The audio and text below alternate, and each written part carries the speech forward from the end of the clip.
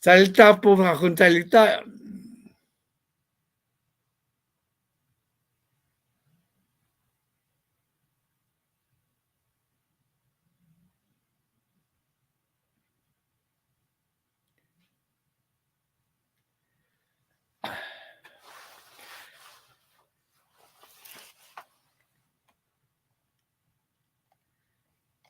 I'm sorry.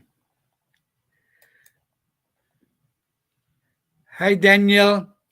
I'm sorry. I've been talking for more than an hour. Yung pala, hindi ako naka-live. Ay tangengot talaga si Tatay Jack first. Okay. So I'll begin again.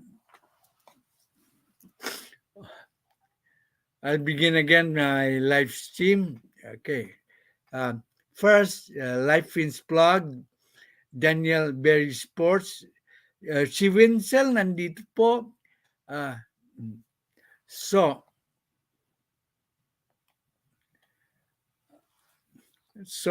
kanina, nag-live na ako. Tangengot na si Tatay Jack first. Hindi pala ako naka-live. So, we'll do away with the...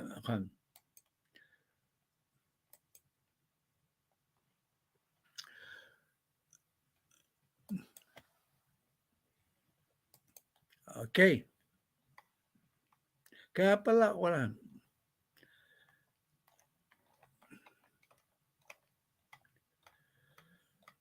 Ay.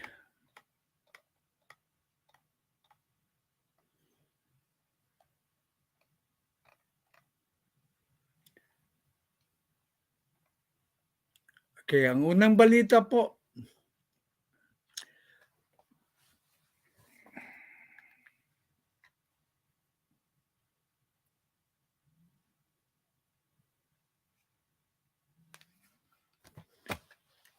Philippines to move forward in all exploration despite the deadlock with China. Marcos, sabi niya.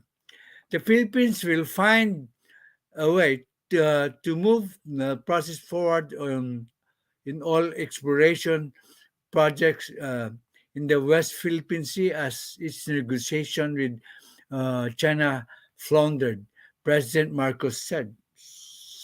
So, may negosasyon tungkol sa oil exploration. Pero hindi na po nagpo-progress.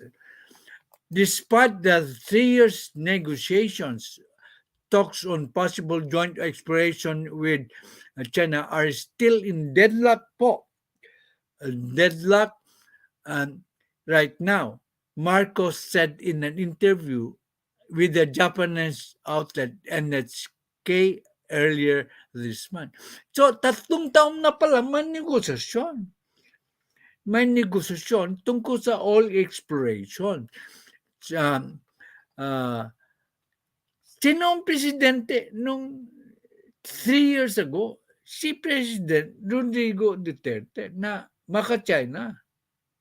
Admittedly.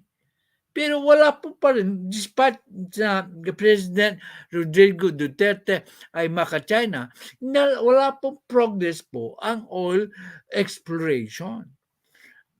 We have been in negotiation for over 3 years now, and but have made little progress. Still, the official position of the Philippines that this is not a conflict area.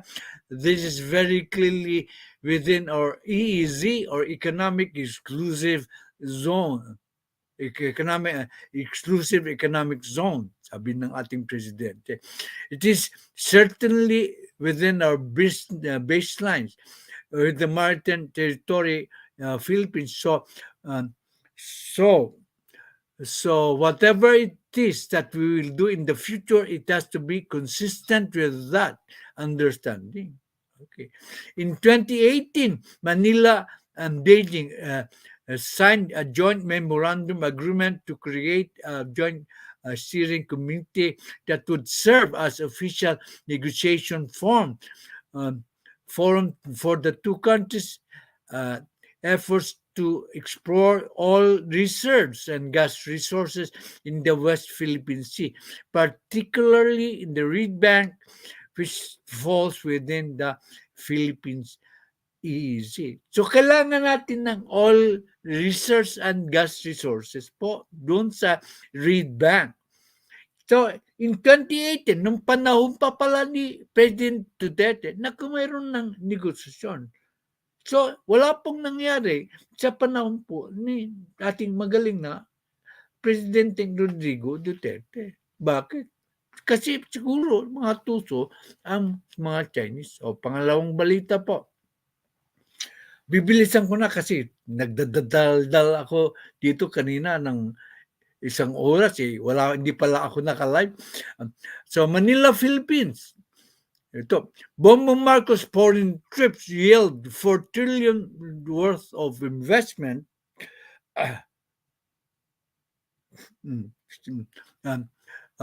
Worth of investment by Zacarias Sarab. So Manila, Philippines. The Department of Trade and Industry said President Ferdinand Marcos Jr. foreign trips have obtained 4.019 trillion or 72,178,000,000 worth of investment.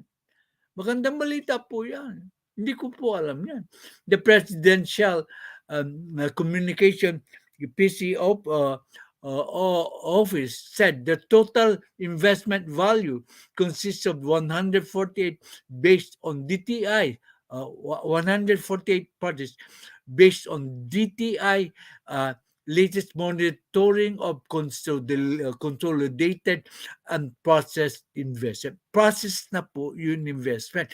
Mayroon na pong 148 projects po na ginagambanan ng investment na ito. Magandang balita po. Hello po, Connie. Hello po, ang aking matalik na kaibigan. Yes, kasi mayroon Supreme Court ruling na it's unconstitutional. Very good point, Roger. Okay. Ito po ang nagsasaad. Kaya ako ay hindi payag sa peace talks. Ang susunod na balita po. 9 communist rebels dead in clashes, says military coming from Asian Plus News. Abroad po ang nagbabalita. Kaya dito po, nangyari po ito nung Christmas Day. Kasi 27 na ngayon. Army troops killed 9 communist rebels in a series of firefights about a month after the two sides agreed to resume peace talks. So, nag-agree na silang magkaroon ng peace talk. Bakit may putukan pa rin? So, mayroong isa rito ang lumalabag sa implied kasunduan, although walang kasunduan, not truth. Okay. The fighting occurred on Monday in 4 remote apat na villages where near the southern city of Malaybalay. A military statement said the start of the 2-day unilateral Christmas truce. So mayroon na palang Christmas truce declared by the Philippines Communist Party and its armed wing, the New People's Army. So, bakit nila i-violate yung truce? Hindi po talaga mapagkakatiwalaan ang NPA. Malinaw na dyan. Bakit natin siya pagkakatiwalaan sa peace talks? Military 4th Infantry Division did not immediately release the Malaybalay clashes, said left more MPA rebels dead. The rebels had announced Saturday that they observed a 2-day truce from Christmas Day. Sila ang nagsabi na magkakaroon ng truce. Pagtapos nakipagputukan sila sa mga kasundaluhan natin. Ano ito? Nagpapatunay na hindi dapat pagkatiwalaan ang NPA. Okay. Masantos mo siya labid sika. Check.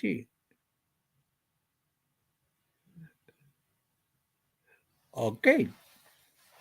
There was no truce. At NPA lang po ang nagpropose. Nagpropose sila, you get a medal because Roger Evans for a very good comment. Pero ang sabi ko, kung nagpropose sila ng truce, so on their end, dapat ay they keep yung end of na proposal. So there is good faith. Okay. That is true. Sabi kasi ng AAP, wala pong truth.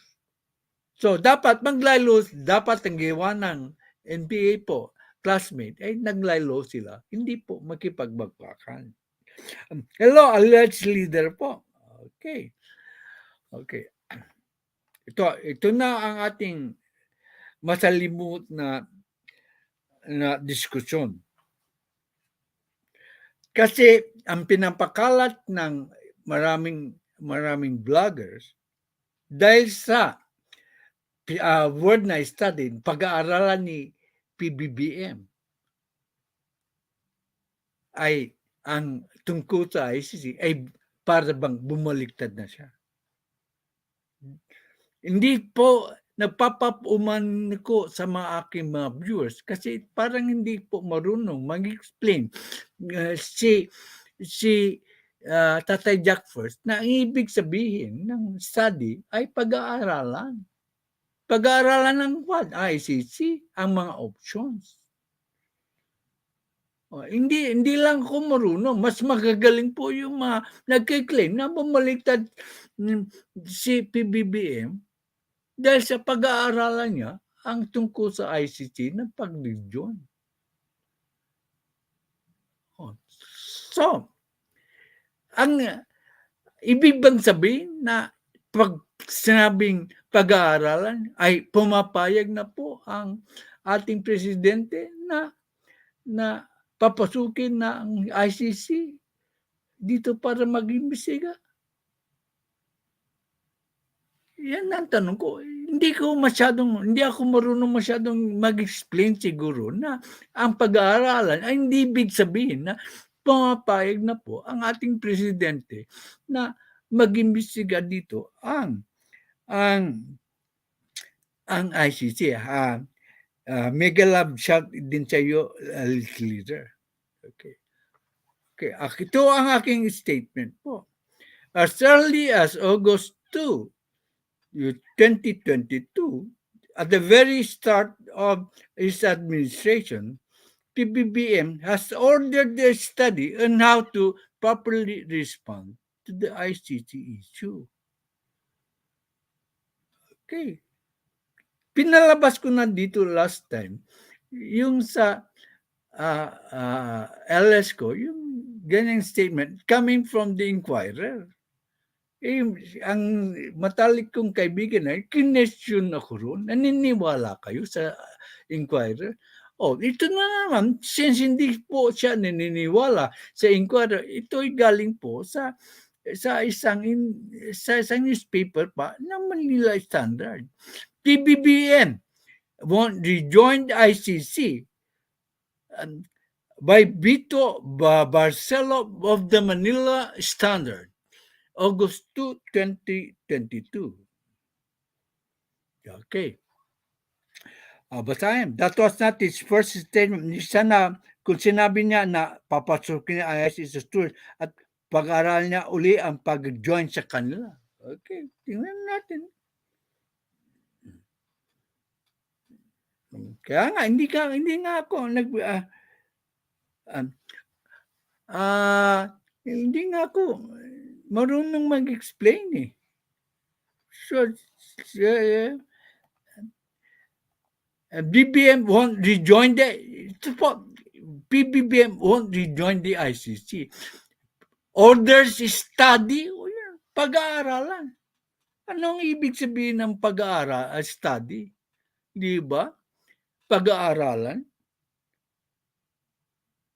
O, alleged leader? Kaya, pasensya na po ko kung hindi ko ma-explain masyado na ang ibig sabihin ng study ay pag-aaralan. Other study of the government position on ICC, resuming probe on drug war. The Philippines has no intention of rejoining the International Criminal Court, ICC, President Marcos said Monday. Kailan yun? August 2, 2022. Sinabi niya, orders the study of government position.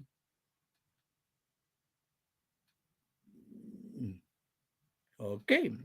Okay, very good. You get a second medal. Okay. The decision came after Mr. Marcos last week with the top lawyers, an official of the government, to discuss their strategy on the ICC investigation of alleged human rights violation during his predecessor's bloody war on drugs. Marcos said he instructed the administration lawyers to study. Oh, pinulit na ulit yung study in August 2, 2022. The procedure for responding uh, uh, responding to the investigation. Oh, okay. Okay. But the word is, Roger, is pag-aaralan. Ginamit na in August 2, 2022. Pero tignan natin ulit. Balikan natin. Kasi report lang yan eh. Report lang yan, Tatay Duckford. Meron ba talaga siyang sinabi?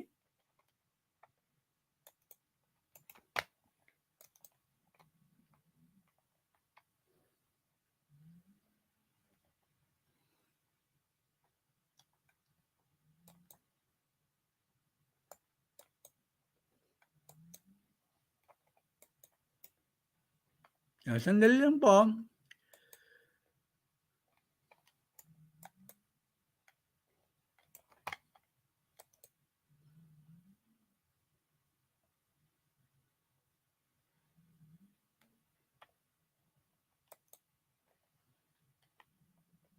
Position hasn't changed, and I have stated it often, even before I took office as president. No. Hindi yan. It must be in chronological order. Sandali lang po.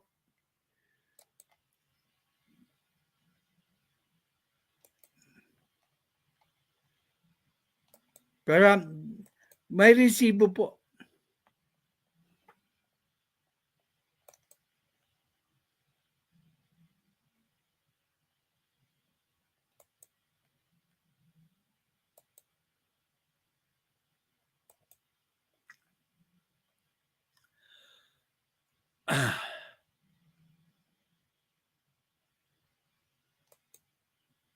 Ito. Will the Philippines rejoin? Since you met recently, Ito po. Kailan malaman natin kung kailan ginanap yung video po. Video po, ano? Ka Roger, ka alleged leader po. Tingnan natin. Ang 1 year ago, resibo po ang kailangan dito.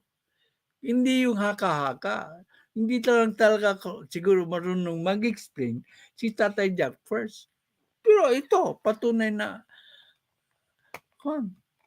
ito, interview niya. with some officials regarding the ICC probe, will the Philippines rejoin the ICC? And will the Philippines meet the September 8 deadline set by the ICC to provide Ang tanong, 1 year ago po yan. observations on the planned reopening of the probe on the drug war? No, the Philippines has no intention of rejoining the ICC.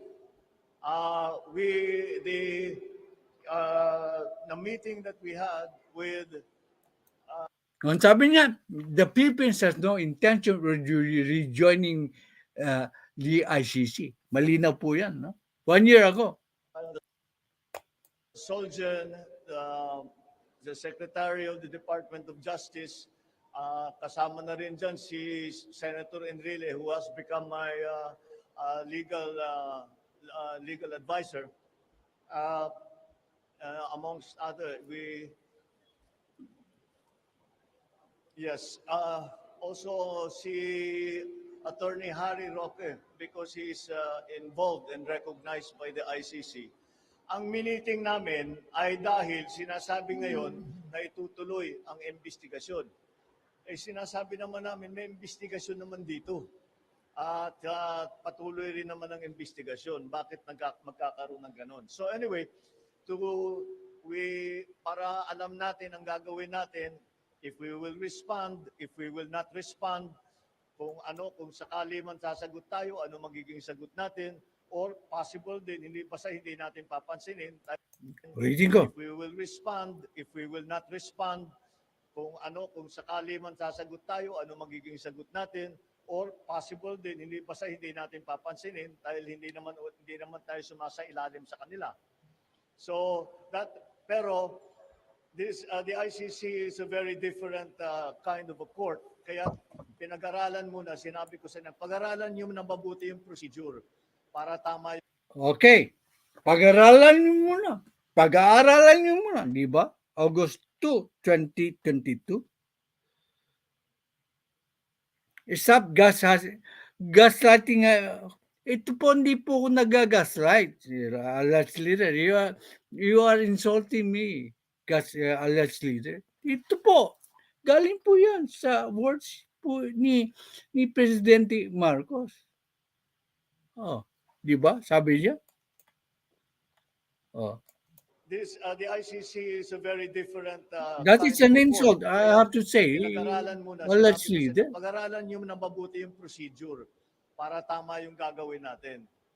Kasi hindi natin, siyempre, kailangan baka ma-misinterpret yung ating mga ginagawa. Kaya Pasensya na po, alleged leader, if you think I am gaslighting, I'm presenting to you evidences na sinabi ni Presidente Marcos na pag-aaralan. Oh, meron ba akong ibang siguro hindi ako marunong mag-explain. Pero hindi ba binanggit na pag-aaralan in August 2, 2022? Nagagaslight ba ako? Nakita mo ang sinabi niya? Kaya nga siguro, pasensya na po kung di ako marunong mag-explain.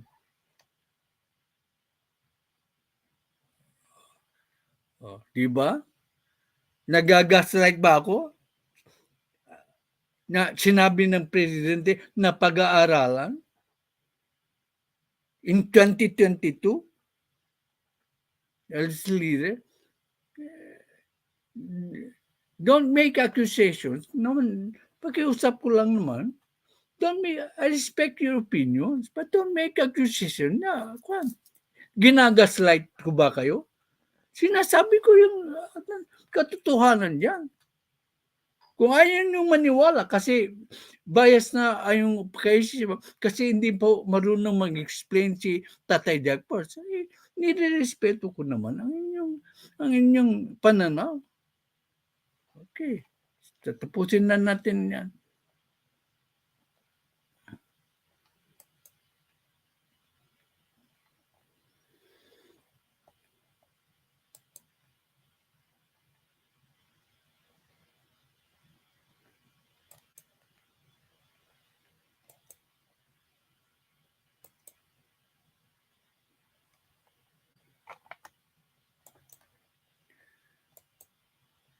Kasi in August 2 po, 2022,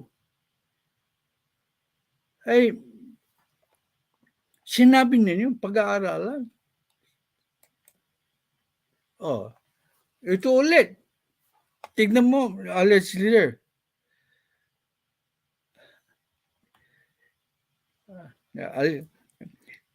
Studying is different from not allowing the ICC period. Yeah, that is precisely correct. Study, it doesn't mean it is allowing the ICC to conduct an investigation. For that, you get a medal. Study is different from allowing the ICC investigation. Yan ang point ko. Di ba? Okay. Pakinggan natin ulit ito. My position hasn't changed, and I have stated it. Okay. 10 months before ang video po, hindi ko kayo ginagaslight. Diyos ko, bakit ako magagaslight? Ano man po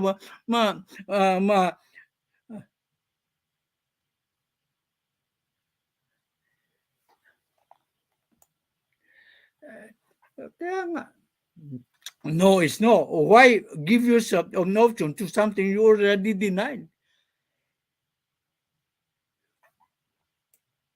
Hindi. Often, even before I took office. Pakinggan niyo muna ito. Hindi nga ako marunong mag-explain. And I have stated it often, even before I took office as president, that even before I took office as president, ginagaslight ko ba yung statement niya? There are many questions about their jurisdiction and the what we in the Philippines regard as an intrusion into our internal matters and a threat to our sovereignty. So no, I do not see what their jurisdiction is. I feel that we have in our police and in our judiciary a good system. We do not need assistance from any outside entity. The Philippines is a sovereign nation, and we are not colonies anymore of these former imperialists. So that is not something that we consider to be a legitimate judgment. So. Sabi niya, January 25, 2022, Tatay Jack, yung interview niya kay Boy Bonda na sana hindi na yan, papapasukin dito para mag-imbestiga. For that, you get a medal po, Red One. Hindi na papapasukin ang ICC na mag-imbestiga. Bakit? Pinayagan na ba ang? Tanong ko naman, hindi marunong mag-explain yata si Tatay Jack. I respect your opinion. Saan yan na ang balita na pinayagan na niya ang ICC na mag-imbestiga? Ito, 10 months ka. Okay. Pinayagan na ba niya? Kinontradict na ba niya ang sinabi niya sa kay Boy Abunda na hindi niya papayagan papasukin ang ICC na mag-imbestiga? Pakita niyo sa akin naman alleged leader, pakita niyo sa akin ang ebidensya na pumapayag na po si Presidente na mag-imbestiga ang ICC. Ito, mga patunay ko dito ang sinasabi ko. Okay.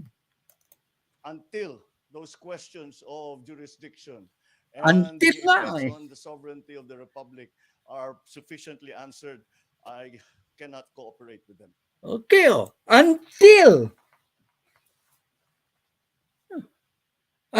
po, naku.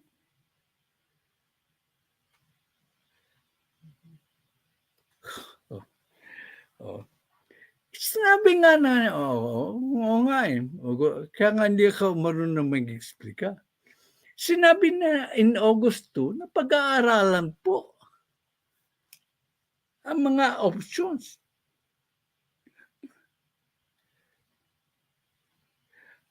Hello, Tatay Jack first. I told you, he's giving himself a lot of work. He will not allow them. The word not is there. Yeah, is not set in stone. Kailan mo malalaman na nagbago na po siya ng pananaw? August 22, pasensya na po kayo, hindi ako marunong explain.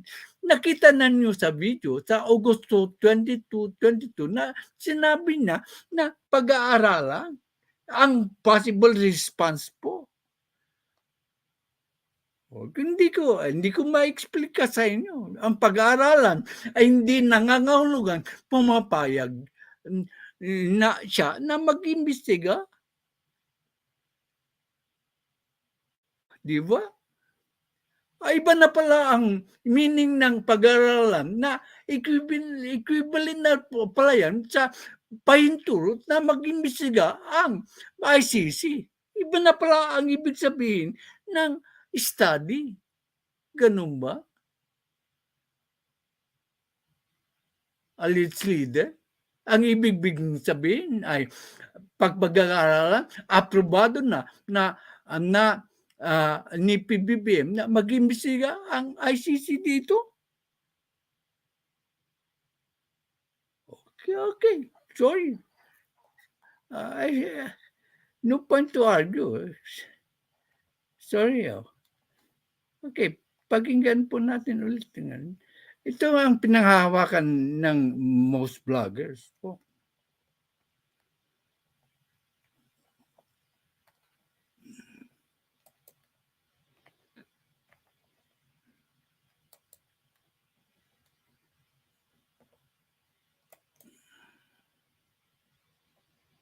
In any argument po, the initial statement and then there is a conclusion statement. Ang mabigat po, yung conclusion statement po. Diba?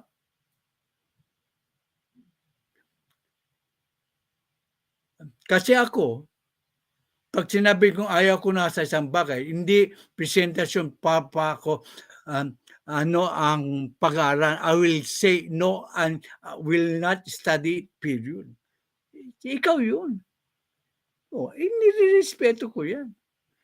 Pero pag nag-suggest ang Congress po, bigla mo na lang bang sasabihin no? Anong purpose po ng Congress? To suggest. Kaya sila gumagawa ng batas. Diba? Yung batas na ginagawa nila ay pinag-aaralan po ng presidente whether to approve it or not. Diba? Now, the Congress suggested to the president na mag-rejoin sa ICC. Anong gagawin ng presidente? Or simply say no? When our third part of the government is suggesting it? Di ba hindi na nirespeto ang third part of the branch of the government? Since it was the government who suggested, the third part, the Congress, who suggested that we rejoin po ang ICC. The point is, they suggest, and it is the president who will implement it if he agrees. Pero as of now, ang tanong ko lang naman pakita nyo sa akin na pumapayag na si President Marcos na sa ICC. Ulitin ko, in any argument po sa debate, they have the initial statement and then they have the conclusion po. Whether you agree with me, that is the basic in rules of discussion po. Diba? Do we agree or not? Ang importante is the concluding statement po. Hindi lang ako marunong mag-explain So, ito na ang huli. Ito ang pinanghahawakan ng mga vloggers.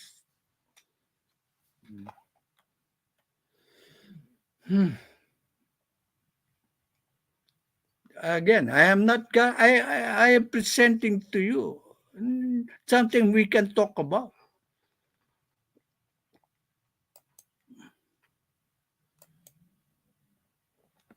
Ito ba ang ah, pinag pinaghahawakan nyo?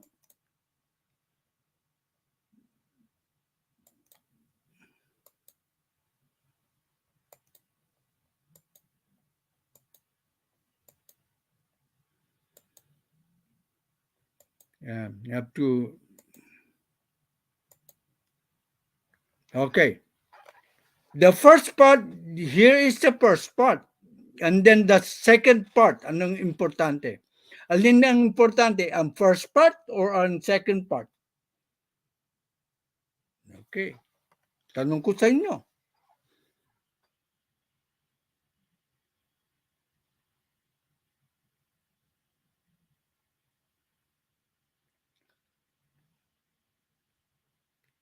Ang first statement, dapat sabi na ba na pa pag-aaralan? Doon sa unang interview kay Bonda, sinabi niya, ba niya pag-aaralan? Kasi hindi natanong yata. Ang sinabi, kung papapasukin niya, why answer something that was not being asked? Come on naman. Hindi, pasensya na po kayo, hindi ako marunong i-explain. Why answer a question that wasn't asked? Ang question po ay kung papapasukin ang mga ICC dito. Okay, sabi niya, papapasukin ko as turista.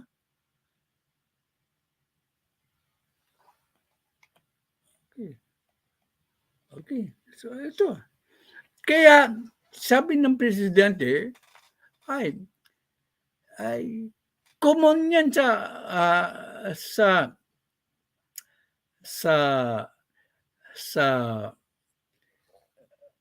na magsuggest po ang Kongreso. Ulitin ko, kung nagsuggest ang Kongreso, dapat, whether the President agrees or not, dapat pag-aralan ninyo at para marespeto po ang third branch of the government. Siguro, hindi tayo yung makaintindihan. Okay lang po, I respect your opinion. Oh, okay. Sir, I knew sir, this. there's a resolution filed by some Yes. lawmakers Yeah. asking the government to cooperate with ICC Yeah. para ma-push Yes. through daw yung probe. This is the first part of the statement po. Ulitin ko. It is the latter part of the statement that that should have more weight po. Okay. What do you think of this, sir? Would you Well, allow this? this is not unusual, but it's Hindi. really a sense of the House resolution. It's not unusual. It is a House resolution. Kaya nga sabi ko, the House can make a resolution and the President, if it comes to his desk, should study it. Ibabasura mo na lahat ba ng resolution? No. Kung ikaw ang President, ewan ko sa inyo. And it's the sense they're just expressing or manifesting the sense of the House that perhaps it's time to allow or to cooperate with the ICC investigations. Yeah. But there, as That's I have always said, there are still some problems in terms of This is in connection with the previous video na present ko. So there is no gaslighting po. There are questions po in the 10 months ago interview about sovereignty and jurisdiction. Malinaw po yun. Kung napakinggan nyo, ang sinabi niya 10 months ago, hindi po nagbago ang presidente. jurisdiction and sovereignty. Now, if we can solve those problems, then that would be something else. But medyo fundamental yung mga... Okay. Fundamental. Yeah. Pasensya na po, i-stop ko muna kan. Anong ibig sabihin ng fundamental po? Para hindi lang talaga marunong mag-explain si Tatay Jefford.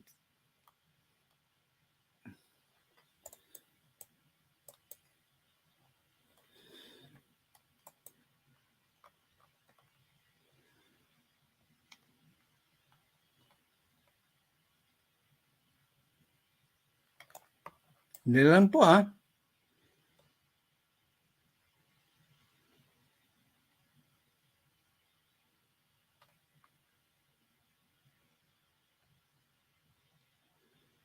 Okay. Based on his statement, and that's as I have always said, there will some problems. Well, there are still some problems in the terms of jurisdiction and in sovereignty. Sinabi niya yan 10 months ago, di ba? Napanood nyo sa video, balikan nyo ulit. Now, if you can solve those problems, then that would be something else. But medyo fundamental. Yan ang matagal ko na pong sinasabi. Anong ibig po ng fundamental? Ang ibig sabihin po ng fundamental ay you use fundamental to describe things, activities, principles that are very important or essential. So ano ang essential po? The jurisdiction and sovereignty. They affect the basic nature of other things or are the most important element. Yan ang pinaka-importante. Jurisdiction po and sovereignty. Mahirap po bang intindihin yun? Na fundamental niya. Kaya hindi siya pumapayag kasi fundamental yung question about jurisdiction and sovereignty. Mahina lang po talaga mag-explain si Tatay Jack. Kasi hindi ko may paunawa sa inyo ang tunay na kahulugan ng study na hindi po ibig sabihin ng pinag-aaralan ay pumapayag na po si Presidente Marcos na papapasukin ang ICC. Okay. Narinig natin yan, yung fundamental ulit. Ano yung pinaka-importante po,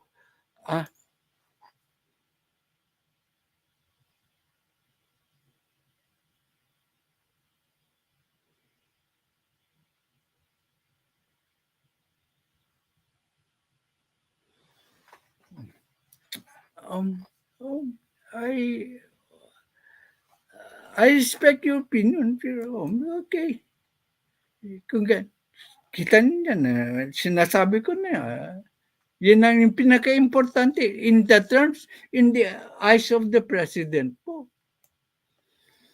Sinabi ko sa kanya, sa inyo, pag nagbago si Presidente, na papayagan niya yung ICC na mag-imbestiga, hindi na po ako magiging loyalista. Mahirap din po ba intindihin yun? Kailangan ko lang ang resibo na pumapayag na si Presidente Marcos na papapasukin ng ICC na mag-imbestiga. Pagkitaan nyo na lang po ako ng resibo. Walang gaslighting po dito. Okay, balik tayo na sinasabi na.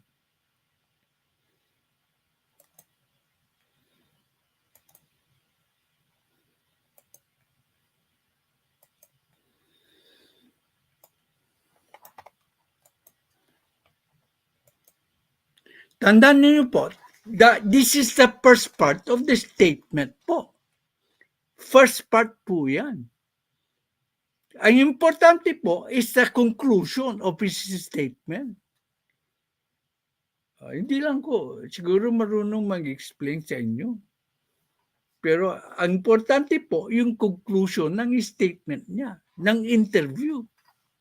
Okay, pagpatuloy natin. Yung mga question na ganun eh.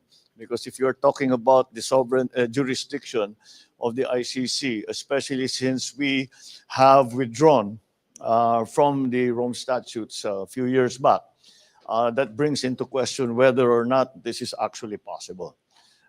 There is also a question, should we return under the fold of the ICC? So that's again under study. So we'll just keep looking at it and see what our options are.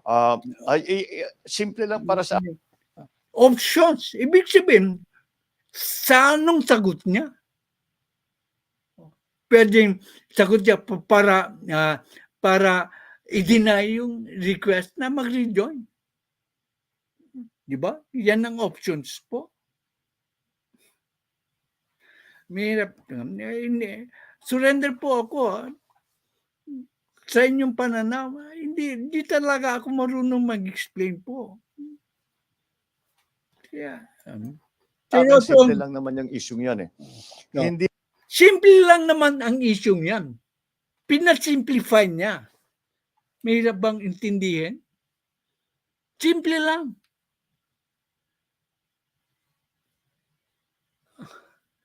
Ang unang statement kasi tinanong, ang resolution galing sa Kongreso. Siyempre, sabi niya, pag-aaralan. Pero ito ang kanyang pananaw. Simple lang ang kanyang pananaw dito. Hindi naman siguro tama na ang mga tigalabas, mga dayuhan, ang magsasabi sa atin kung sino iimbestigahan ng pulis natin, sino ang aarestuhin ng pulis. Ito po ang conclusion niya. Siya earlier, pero ito ang conclusion niya. Hindi tama, sabi niya.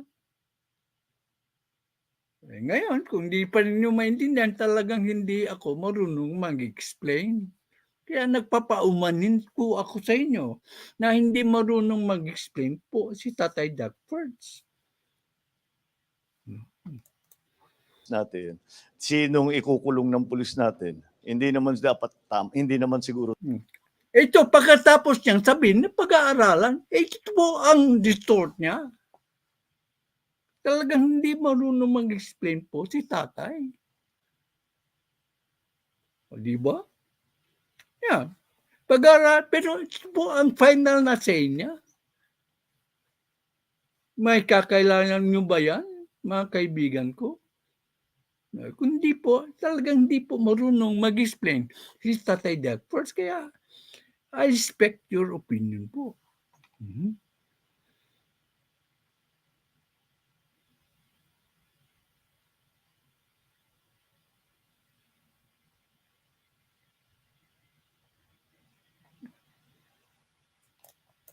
Tama yun. Nagbigay ng komentaryo si Connie. What I understand is that the president wants to study his option as to whether to rejoin ICC and or letting the ICC enter the country. This is my analysis as a political graduate. Yeah. For that, you get a medal. Yeah. An option. Option po. But it doesn't mean na is-agreeing po. Kaya nga may option eh. So, does it mean that he is now agreeing? The final verdict should be when he has already agreed to let the ICC investigate po. Yun ang inaantay ko. Why prejudge? Magaling po yung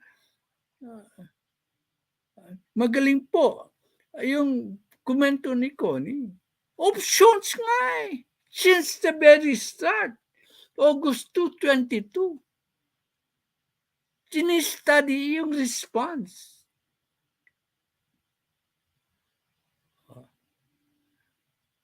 And not on letting ICC enter the country. Oh, yeah, ang galing. Seriously, for almost 2 years, I've been Katatap.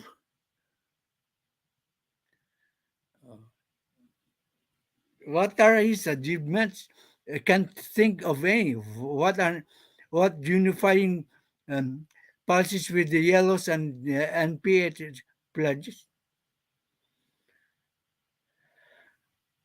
That is your point of view, sir. I respect po. I disagree, but I respect your opinion. Okay. Make a love shot, tatay. I agree with you, Ma'am Connie. Oh, I agree. A Merry Christmas. Okay, I respect your opinion. Ang basic po alleged leader na achievement po niya is that out of the Southeast Asian countries, we are number one po in economic development. Can you deny that? Can you deny that? That because of his policies po, we are number one dito sa Southeast Asia. Tinalo natin ng Vietnam, ang Indonesia, to name a few. Okay. Diba? The inflation is being tamed. We have one of the lowest inflation in the world. Hindi ba achievement yan? Isa pang achievement. Even the President Rodrigo Duterte thinks that he is not corrupt. Hindi ba achievement yan?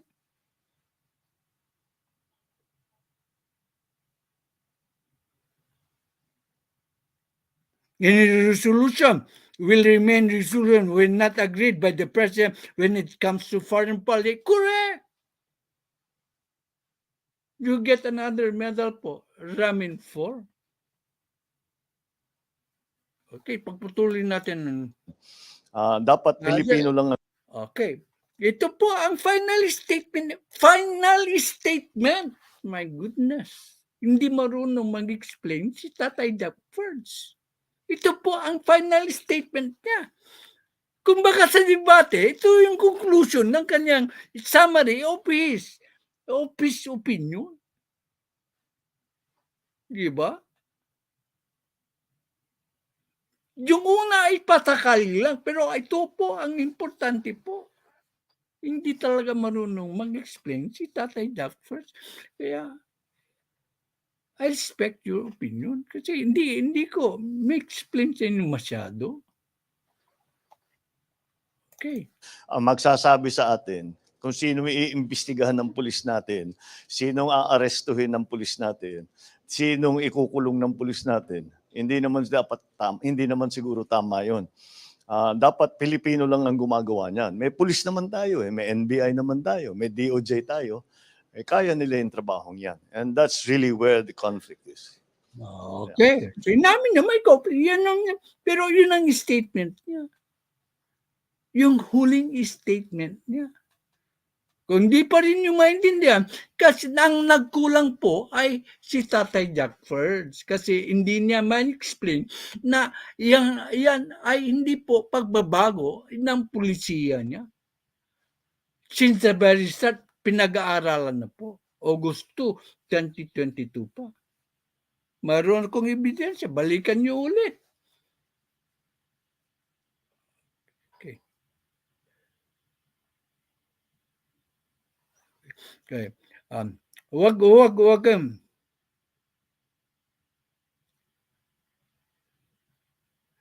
Marcos is a weak leader and that's a fact. No word of honor po.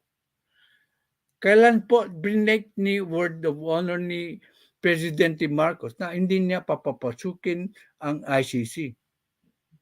Mayroon ka bang prueba? Alleged leader?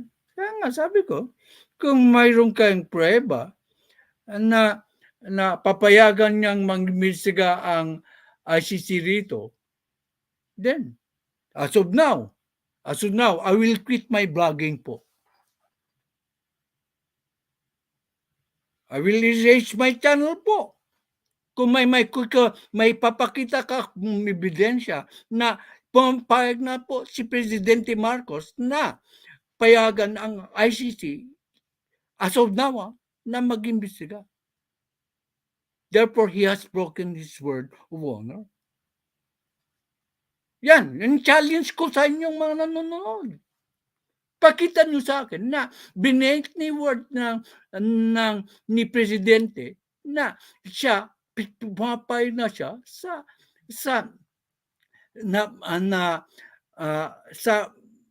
pumapayag na siya na mag-imbestiga sa ICC. Ang ICC dito. Pakita nyo sa akin, hindi na po ako magbablog. Para hindi nyo sasabing nagagaslight ako. Okay. Let's see, you are again. Pakita mo sa akin ang ebidensya. Kaya nga, I will quit blogging kung may pakita ka sa akin na ebidensya na pumapayag si Pbbm na payagan ang ICC na mag-imbestiga. Sabihin mo, kung sino man dyan magpapakita ng ebidensya sa akin na pumapayag na po si Pbbm.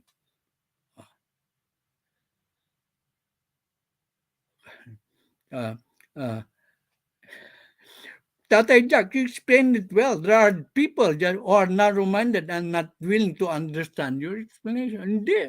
Magagaling. Matatalino yan. Si Alliance Leader, matalino yan. Kaya lang, hinihingi ko kay Alliance Leader. Pakita mo sa akin ang ebidensya na na-break na ang word of honor ni Presidente Marcos dahil sa pinapayagan na niya ang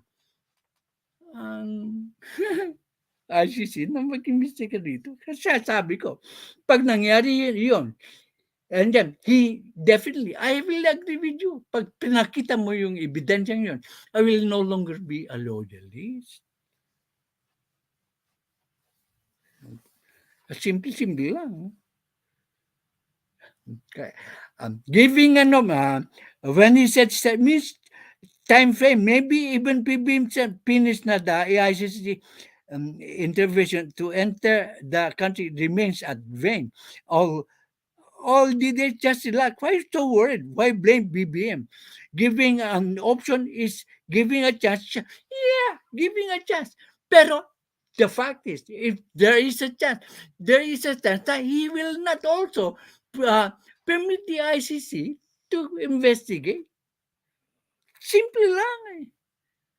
Give me the proof na he has given the permission to let the ICC investigate formally dito sa Pilipinas.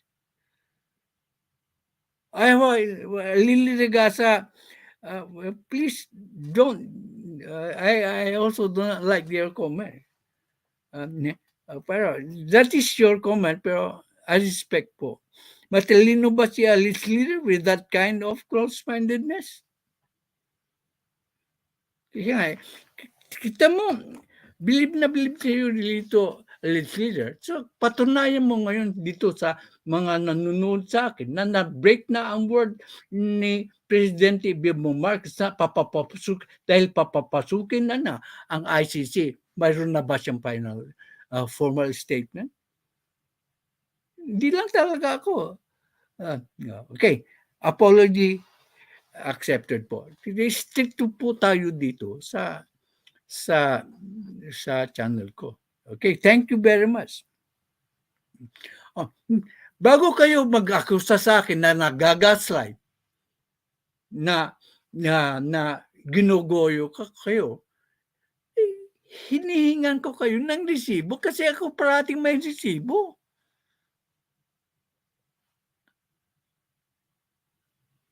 Okay. Ang final na sasabihin ko na sa inyo, si Bato de la Rosa na lang. Ito po, hindi na,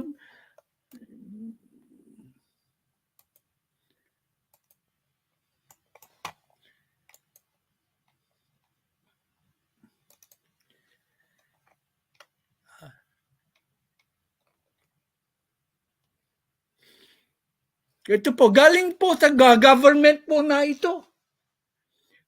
The Pbbm reiterates no jurisdiction to conduct probe into former President Duterte war on drugs, November 24, coming from government PH release po.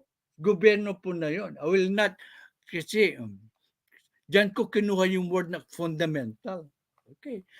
Okay. Galing po sa SMNI na anti-PBBM. PBBM district. ICC has no jurisdiction in the Philippines. Sabi po yan ng SMNI. May resibo ulit ako. Sabi pa nga ni Panelo,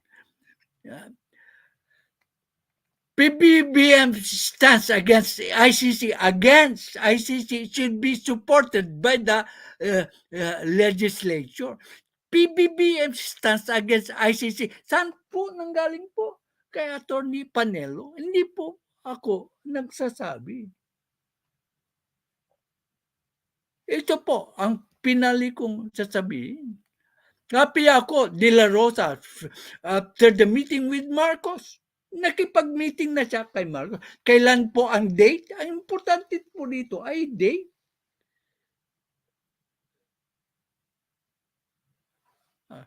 Importante po ang date. Patunay na. Naku naman. Si Bato de la Rosa ay kasangkot sa kaso ng ICC. Nung bago siya nag-attend sa dinner date sa Malacanang, nag-file na ng resolution si Risa Ontiveros. He was hurt. Nag-file na ulit ng resolution. Pero kaya kinausap niya si President Marcos. Happy ako, sabi ni De La Rosa. Kailan po nangyari yan? November 29. After the interview yun. Ito na po, magpapatunay ninyo si Bato de la Rosa na kalyado ni Presidente Duterte. Hindi po ako mambobola rito. Hindi po ako nag-gaslight. Gaslighting ba ito?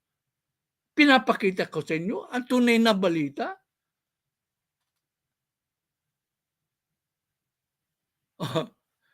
Happy ako. De La Rosa says after a meeting with Marcos, talagang hindi lang ako marunong mag-explain siguro. Hindi ko ma-explain na ang pag-aaralan ay study, ay hindi kahulugan na pumapayag na si Presidente Marcos na papayagan.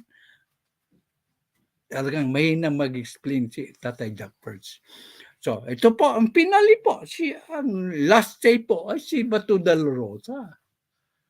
Na personally involved. Personally involved po si Bato de la Rosa. O nagagasal ba si Bato de la Rosa?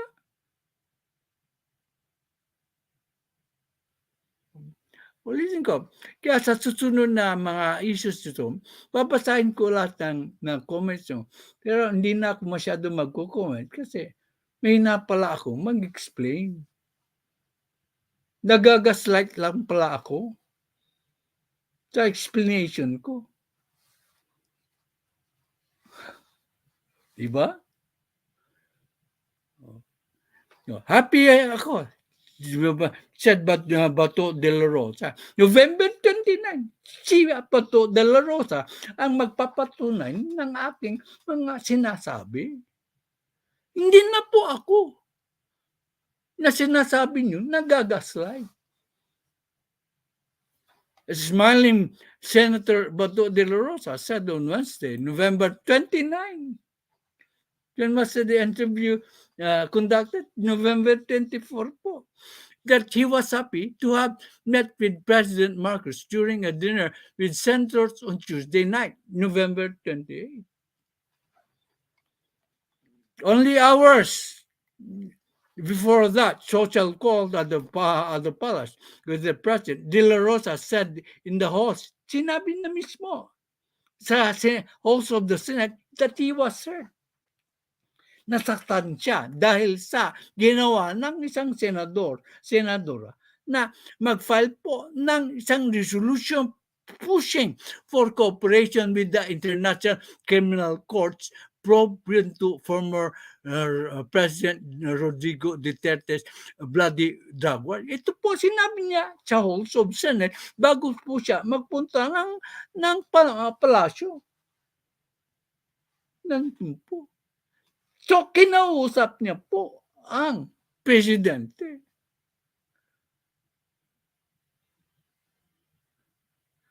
Oh, ang sabi niya, I'm not at liberty to reveal our conversation. Siyempre, private conversation. Private conversation is more important kasi doon lumalabas ang tunay na damdamin ng presidente. Ang private conversation po. Hindi lang siguro ako marunong mag-explain.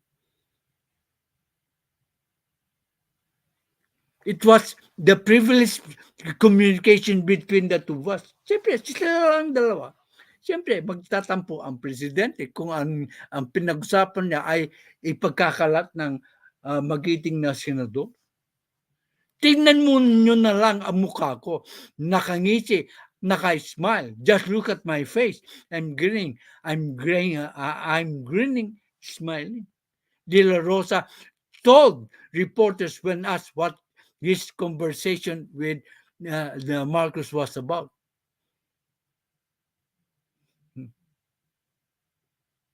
I don't have to reveal the details, pero happy ako. But I am happy. Yan na lang. Nagagasal ba ako sa aking mga conclusion? Lahat dito po ay may ebidensya. Ngayon, tinatanong ko sa inyo, titigil na po ako sa pagbablog kung challenge ko na sa inyo po kung may maipapakita kayo na ebidensya na pumamayag na si Presidente Marcos na payagan dito mag-imbestiga ang ICC. Yun lang, simple lang. Huwag nyo sabihin nagagaslight ako. Ipakita nyo sa akin, yung ebidensya, bumaliktad na nga si Presidente Marcos. As of now, kung bukas magsasalita siya na pumapayag siya, it doesn't work that way. Kasi pag pumayag siya na papasukin ng ICC para mag-imbestiga dito, hindi na po ako magiging loyalista.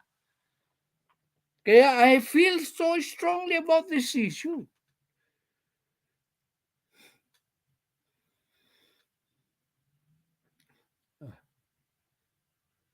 Come on, don't make excuses. Ano yung excuse ko? Malinaw dyan eh. Sinabi ni Bato de la Rosa, hindi ako. Paano mo papabubulanan? Ang sinabi ni Bato de la Rosa, pwede mapabulanan mo ang sinasabi ko kasi hindi ako magaling mag-explain. Pero paano mo mapapabulanan si Bato de la Rosa sa kanyang mga sinasabi?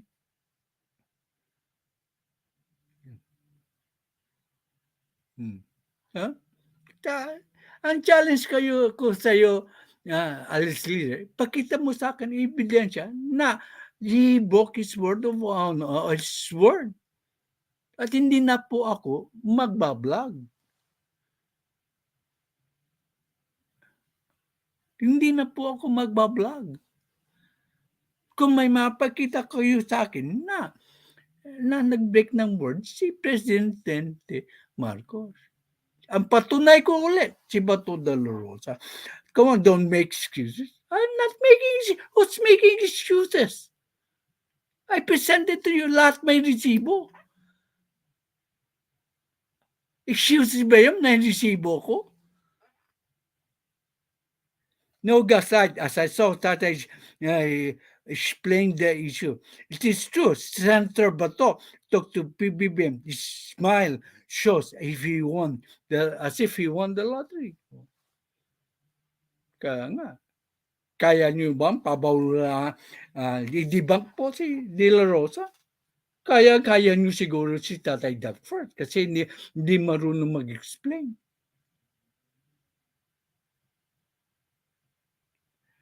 Why give an option if you sure you with your stance issues? If you are a leader, you always consider all options po. Otherwise, you'll be close-minded. You are one-track-minded president po.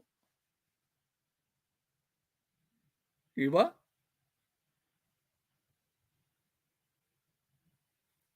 Okay. That is the last comment po. We will, your comments are being read. At least, dapat lang, yung ayaw ko, yung inaccuse nyo ako na magkagagaslight. Wag naman. Saan ko dito, walang personalan po. Wag naman. Nagagawa ba ako ng excuses? Hindi. Nandyan. Saka, maski rules of debate, ang importante ay yung final concluding statement po. Tingnan mo ulit ang concluding statement ni President Marcos. Ngayon, kung di kayo naniniwala sa aking explanation, okay lang. Okay lang yun. Pero huwag tayong mag-insultuhan dito. Di ba? We have rules po. Okay, thank you very much. Thank you very much. Kita mo, yung si Lily Regasa, I admonish her not to do it.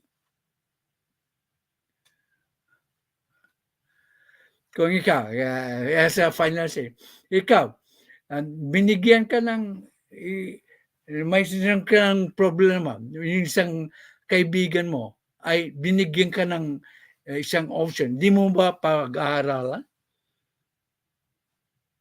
Kung may problema ka. Maski you are bet on. Personal experience ko na mayroon na akong set. Ito na lang, sa blogging channel ko. Nangyari po ito. Set na ang mind ko na gawin ang certain method po. Set na ang mind ko. Pero nag-object ang karamihan ng aking mga mahal na kaibigan. Pinag-aralan ko. Okay. Ibig sabihin, posibleng sundin ko sila o posibleng hindi ko sila sundin. So, ang aking ginawa, that one you know the story, ang aking ginawa, nag-compromise ako. Pero hindi, patuloy pa rin ang aking adhikain. Yung method po of doing the blogging channel po ay still the same. Still for unity team. Hindi po ako nagbago. The dispute was if papayagan kong pipilit kong ilapag sa pangalan ng bawat reader yung unit team. At the same time, pero ang fundamental issue po, ito, personal experience na ito. Ang fundamental issue is patuloy pa ako magiging unity?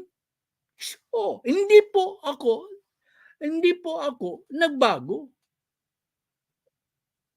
Kasi yung mga nag-a-advise sa akin ay wag na daw ipilit ang unity. Personal experience ko na po ito.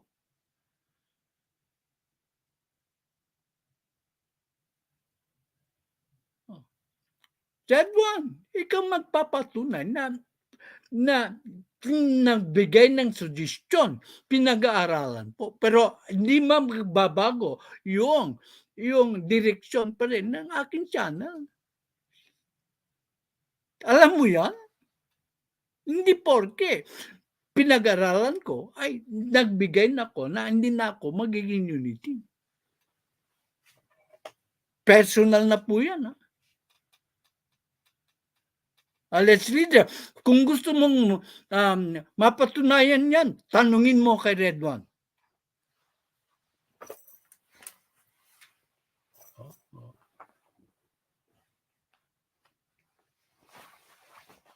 Pero ulitin ko, hindi na ako masyadong magko-comment kasi na-find out ko na hindi pala kayo believe sa aking explanation. Okay. At Happy New Year nga pala sa lahat, ano?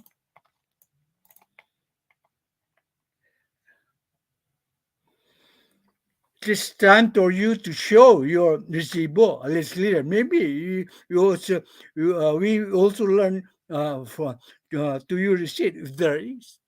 Ngayon, tina-challenge ka na ng ibang kondito, ipakita mo ang resibo.